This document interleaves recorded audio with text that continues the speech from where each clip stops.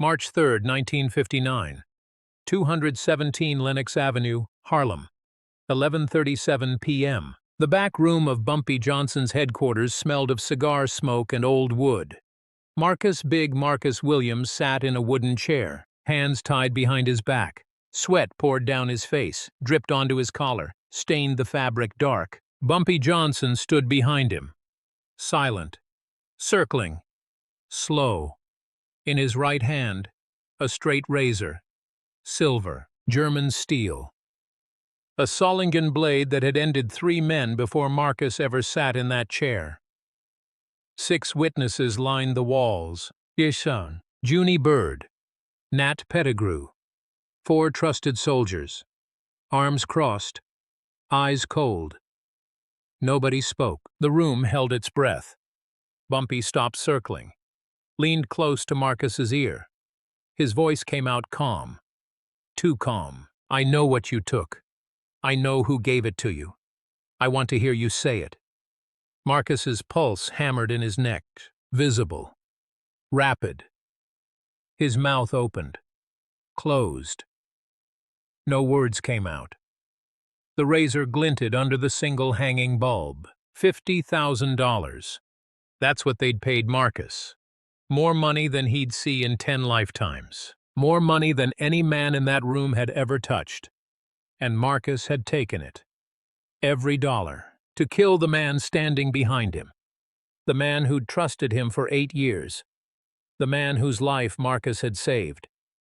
Twice. Who paid you, Marcus? What Marcus confessed in the next 12 minutes would expose the biggest assassination plot in Harlem history. A conspiracy that reached from these back streets to the Italian mafia's highest levels. But how Bumpy knew about it. How he'd prepared. How he'd already won before Marcus even walked into that room. That's the real legend. But this interrogation didn't start in that back room. It started 11 days earlier when Bumpy noticed something nobody else saw. A single mistake that unraveled everything. To understand how the most trusted man in Bumpy's circle became his greatest threat, you need to know what happened when the offer was made. February 1959. Harlem was at peace. On the surface. Bumpy Johnson controlled $3 million annually through Harlem's numbers racket. The policy banks. The street corners. The loyalty of 10,000 people who'd choose him over any outsider. Money the Italian 5 families once considered theirs. Money they'd never touch again. Vincent. The Chin Gigante sat in his social club in Little Italy, bleeding cash. 3 assassination attempts on Bumpy Johnson. 3 failures. The godfather of Harlem always knew they were coming. Always stayed 3 moves ahead. So Gigante changed tactics. You can't kill a man who sees every attack coming, but you can buy the man standing closest to him. Marcus Williams. Born in South Carolina, 1923. Came to Harlem in 1951 with nothing but a strong back and loyal heart. Started as muscle for Bumpy's operations. Just another enforcer. Until 1954. That's when Dutch Schultz's last loyalists tried to settle old scores. 3 men cornered Bumpy outside the Red Rooster. Guns drawn. Marcus took 2 bullets protecting him. 1 in the shoulder. 1 in the leg. Still managed to drop all 3 attackers. Bumpy never forgot that. Marcus became more than hired help. He became family. Ate at Bumpy's table. Knew every routine. Every safe house, every blind spot in Bumpy's armor. That's what made him the perfect weapon. February 20th, 1959. Genovese Social Club, Mulberry Street, Little Italy. They didn't threaten Marcus. They seduced him. The meeting room was small. Dark wood panels, smell of expensive cigars. 2 Genovese lieutenants sat across from Marcus at a table. Between them, a briefcase. They opened it. Cash, stacked bills. More money than Marcus had ever seen in one place. $50,000, the lieutenant said. More than you earned in 10 years working for Bumpy. Marcus stared at the money. His mouth went dry. The deal is simple. March 5th, midnight. Leave the back entrance to Bumpy's club unlocked. Walk away. We send 4 men. Bumpy's dead in 90 seconds. You're on a train to Chicago by sunrise. New name, new life. 50,000 reasons to start over. Marcus's mind raced. Loyalty versus survival. Family versus fortune. 8 years of trust versus 1 moment of opportunity. The lieutenant leaned forward. If you say yes, you're rich and free. If you say no, we know you were approached. Bumpy finds out you were targeted. Either way, you become a liability. Choose. If Marcus said yes, Bumpy Johnson would be dead within 72 hours. If Marcus said no, he'd be marked by both sides. February 22nd, 1959. Marcus took the money. The deal was made. But what Vincent Gigante didn't know, Bumpy Johnson had eyes in places the mafia thought were invisible, informants inside families that believed themselves untouchable. What Marcus didn't know, Bumpy had been watching him for 11 days. Because on February 21st, 1 day before Marcus took that money, Bumpy noticed something. One tiny detail. One mistake Marcus made that would cost him everything. Marcus bought a new suit. Paid cash. $300. Marcus never spent like that. In 8 years, Bumpy had never seen Marcus buy anything he didn't need. The man wore the same 3 shirts, rotated them weekly, sent money home to his sister in South Carolina. But suddenly, a $300 suit. Cash. That's when Bumpy knew. The mafia bought loyalty with money. Bumpy earned loyalty through respect. But money? Money talks loud to a man with nothing. And that was Marcus's fatal flaw. For 11 days, Bumpy watched. He didn't confront Marcus. He didn't change his routine. He played the part of the man who suspected nothing. And on March 3rd, when Marcus thought he was 48 hours from freedom, Bumpy made his move. What happened next was surgical. Cold. Legendary. March 3rd, 11:15 p.m.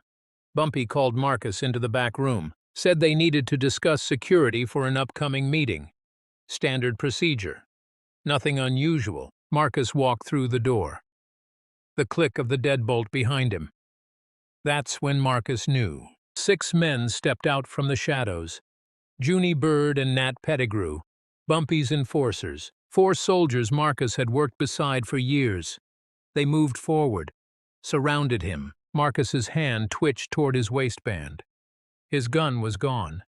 Someone had already taken it. Bumpy stood at the table, calm. No rage in his eyes, no shouting, just cold calculation. He picked up the straight razor from the table. German steel, sharp enough to split a hair lengthwise, placed it down with a soft click. Sit down, Marcus. Marcus's legs felt weak. He sat. Junie Bird and another soldier tied his hands behind the chair. Tight. Professional. Marcus's pulse hammered in his neck. Sweat beaded on his temple, rolled down his face. Everyone in that room had seen Bumpy interrogate men before. Drug dealers who stole. Informants who talked. Men who crossed lines they shouldn't have crossed. But the way Bumpy looked at Marcus, that was different. That was betrayal. Junie Bird later told the story in Harlem bars for years. Bumpy didn't look angry. He looked disappointed, and that was so much worse. Bumpy picked up the razor, walked behind Marcus. Slow. Deliberate. Marcus, you saved my life twice. That's the only reason you're still breathing. The blade touched Marcus's throat. Not cutting, just resting. Cold steel against warm skin. But if you lie to me one more time, Junie will be mopping your blood off this floor before midnight. Marcus's voice cracked. Bumpy. How much did they pay you? Silence. Marcus tried to speak. His mouth opened. Closed. Bumpy. I don't know what you're talking about. What happened next? Marcus tried to lie. Big mistake. Bumpy reached into his jacket, pulled out a photograph, placed it in front of Marcus's face. This is you. February 20th. Mulberry Street. Genevieve's Social Club. The photo was clear. Marcus walking into the club. Timestamp. 8:47 p.m. Marcus's face went pale. Bumpy had known for 11 days. He had photos. He had witnesses. He had everything. You think Vincent Gigante's walls don't have ears? You think I don't have men inside every family in New York? The moment Marcus realized he'd been outplayed from the beginning, his shoulders sagged. His breathing quickened. The razor stayed at his throat. Bumpy leaned close, whispered, "Tell me about the money." The razor stayed at Marcus's throat. Bumpy didn't move it. He didn't have to, because what Marcus said next, what he confessed in the next 8 minutes, would expose not just one betrayal, but an entire network. And the way Bumpy had prepared for this? It proved why crossing him was the last mistake anyone ever made. Marcus broke. Oh, his voice came out shaking. Broken. They came to me. February 20th, the full story poured out. The meeting in Little Italy. Vincent Gigante's offer. The briefcase filled with cash. The promise of Chicago. A new life far from Harlem's streets. $50,000, Marcus said. Half up front, half when you were dead. The words hung in the air like gunpowder smoke. The plan was March 5th. Midnight. I leave the back door unlocked. They send 4 men. You'd be dead in 90 seconds. I'd be on a train west by sunrise. Marcus's voice cracked. Desperation leaked through. Bumpy, I got a sister in South Carolina. I got debts, medical bills. I thought. The razor pressed slightly. Not cutting. Warning. You thought wrong. Marcus swallowed hard. Kept talking. Gave names. Locations. Every detail of the conspiracy. The 4 hitmen assigned to the job. The safe house on 145th Street where they were waiting. The escape route planned. The new identity prepared. Everything. But here's what Marcus didn't know. What nobody knew until that moment. Bumpy stepped back. Looked at Junie Bird. The 4 hitmen. 145th Street safe house. What were their names? Marcus? Marcus's voice was barely a whisper. Sal Testa. Bobby Mancini. Frank the Hammer Gallo. Tommy Rossini. Bumpy nodded to Junie Bird. Bring them in. The door opened. 4 men stumbled into the room. Beaten, bloodied, hands bound behind their backs, faces swollen from interrogation. They could barely stand. Marcus's eyes went wide. His jaw dropped. They were already caught. I picked them up Tuesday, Bumpy said. Calm, matter of fact. 2 days ago. They've been my guests. Marcus stared at the 4 hitmen. His mind couldn't process it. And that $50,000? I seized it Wednesday morning. Vincent's courier never made it back to Little Italy. The pieces fell together in Marcus's mind. The horror of realization. February 21st. Marcus bought that new suit.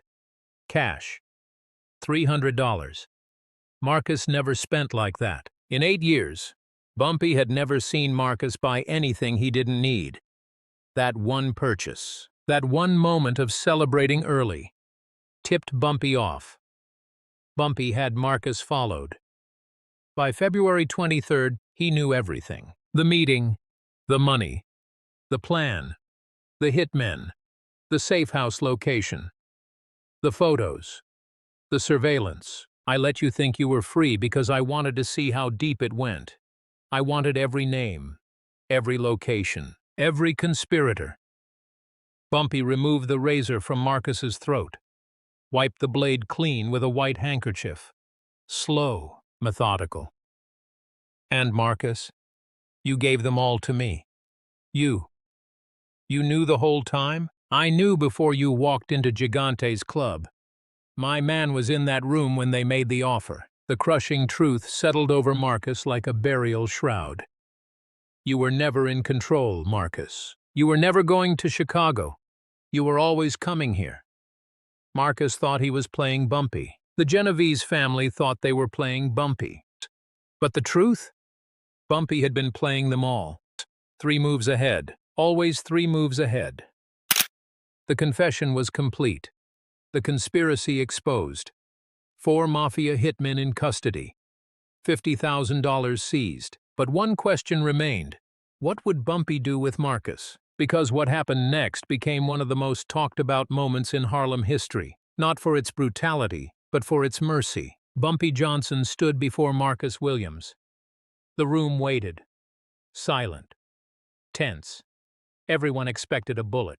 Marcus expected a bullet. Even Junie Bird had his hand resting on his gun, ready to do what needed doing. Bumpy looked at Marcus for a long moment, studying the man who'd saved his life twice. The man who'd just tried to sell it for $50,000. You saved my life twice, Marcus. I don't forget that. Marcus looked up. Hope flickered in his eyes. But you also sold me for $50,000. I don't forget that either. The hope died.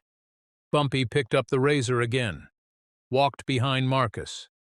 The room held its breath. I'm going to let you live, but you'll carry a reminder. What happened next took 2 minutes. 2 minutes that scarred Marcus Williams for the remaining 30 years of his life. Bumpy carved 3 letters into Marcus's chest with that silver Solingen blade. Precise, deliberate, 1 inch tall each. B. J. T. Bumpy Johnson's traitor. Marcus screamed. But he didn't fight back. Couldn't fight back. And somewhere deep inside, he knew this was mercy. Because Bumpy could have done so much worse. The razor-carved skin, B, drew blood, left permanent marks that would never fade. You have 12 hours to leave New York, Bumpy said. Calm, final. If I ever see you again, those 2 bullets you took for me, they'll look like kindness compared to what comes next. Marcus was on a Greyhound bus to Detroit by sunrise. Word spread through Harlem within 24 hours. By the weekend, every borough knew. The story traveled like wildfire. Bumpy Johnson's bodyguard had betrayed him, took mafia money, got caught, got marked, got exiled. The message to the 5 families was clear. Bumpy had their hitmen, he had their money, and he'd turned their inside man into a walking billboard. Vincent the Chin Gigante never tried again. The Genovese family's Harlem ambitions died in that back room on Lenox Avenue. Marcus Williams was spotted in Detroit in 1961, working as a dishwasher at a diner on Woodward Avenue. The scars visible whenever he lifted heavy boxes, whenever his shirt rode up. Nobody would hire him for security work again. Nobody wanted Bumpy Johnson's marked man on their payroll. Bumpy understood what most men never learn. Revenge doesn't require death. Sometimes the strongest message is letting your enemy live, but making sure they never forget what they lost. Marcus lived 30 more years carrying those letters. Every day he looked in the mirror and saw his betrayal staring back. Every shower, every shirt change, every moment alone with his thoughts. That's power. That's control. That's legend. FBI surveillance reports from March 1959 documented a marked individual leaving Johnson's establishment at approximately 6:47 a.m. NYPD detectives later confirmed Marcus Williams was questioned in Detroit in 1961 about the scars. He refused to explain them. But this wasn't just about one traitor. This was about sending a message that echoed through every criminal organization in America. This is why Bumpy Johnson ruled Harlem for 30 years. He didn't rule through fear alone. He ruled through calculated mercy, through strategic forgiveness that cut deeper than any bullet. Marcus lived, but he lived as a ghost, a warning to anyone who thought about crossing the line. But this interrogation didn't start in that back room. It started 11 days earlier when Bumpy noticed something nobody else saw, a single mistake that unraveled everything. To understand how the most trusted man in Bumpy's circle became his greatest threat, you need to know what happened when the offer was made. February 1959. Harlem was at peace. On the surface, Bumpy Johnson controlled $3 million annually through Harlem's numbers racket. The policy banks, the street corners, the loyalty of 10,000 people who'd choose him over any outsider. Money the Italian five families once considered theirs. Money they'd never touch again. Vincent. The Cin Gigante sat in his social club in Little Italy, bleeding cash. 3 assassination attempts on Bumpy Johnson. 3 failures. The godfather of Harlem always knew they were coming. Always stayed 3 moves ahead. So Gigante changed tactics. You can't kill a man who sees every attack coming, but you can buy the man standing closest to him. Big Marcus Williams, born in South Carolina, 1923, came to Harlem in 1951 with nothing but a strong back and loyal heart. Started as muscle for Bumpy's operations, just another enforcer. Until 1954. That's when Dutch Schultz's last loyalists tried to settle old scores. 3 men cornered Bumpy outside the Red Rooster. Guns drawn.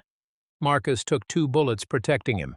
1 in the shoulder, 1 in the leg. Still managed to drop all 3 attackers. Bumpy never forgot that. Marcus became more than hired help. He became family.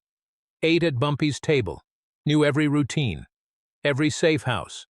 Every blind spot in Bumpy's armor. That's what made him the perfect weapon. February 20th, 1959. Genovese Social Club, Mulberry Street, Little Italy. They didn't threaten Marcus. They seduced him.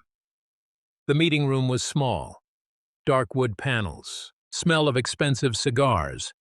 2 Genovese lieutenants sat across from Marcus at a table. Between them, a briefcase. They opened it.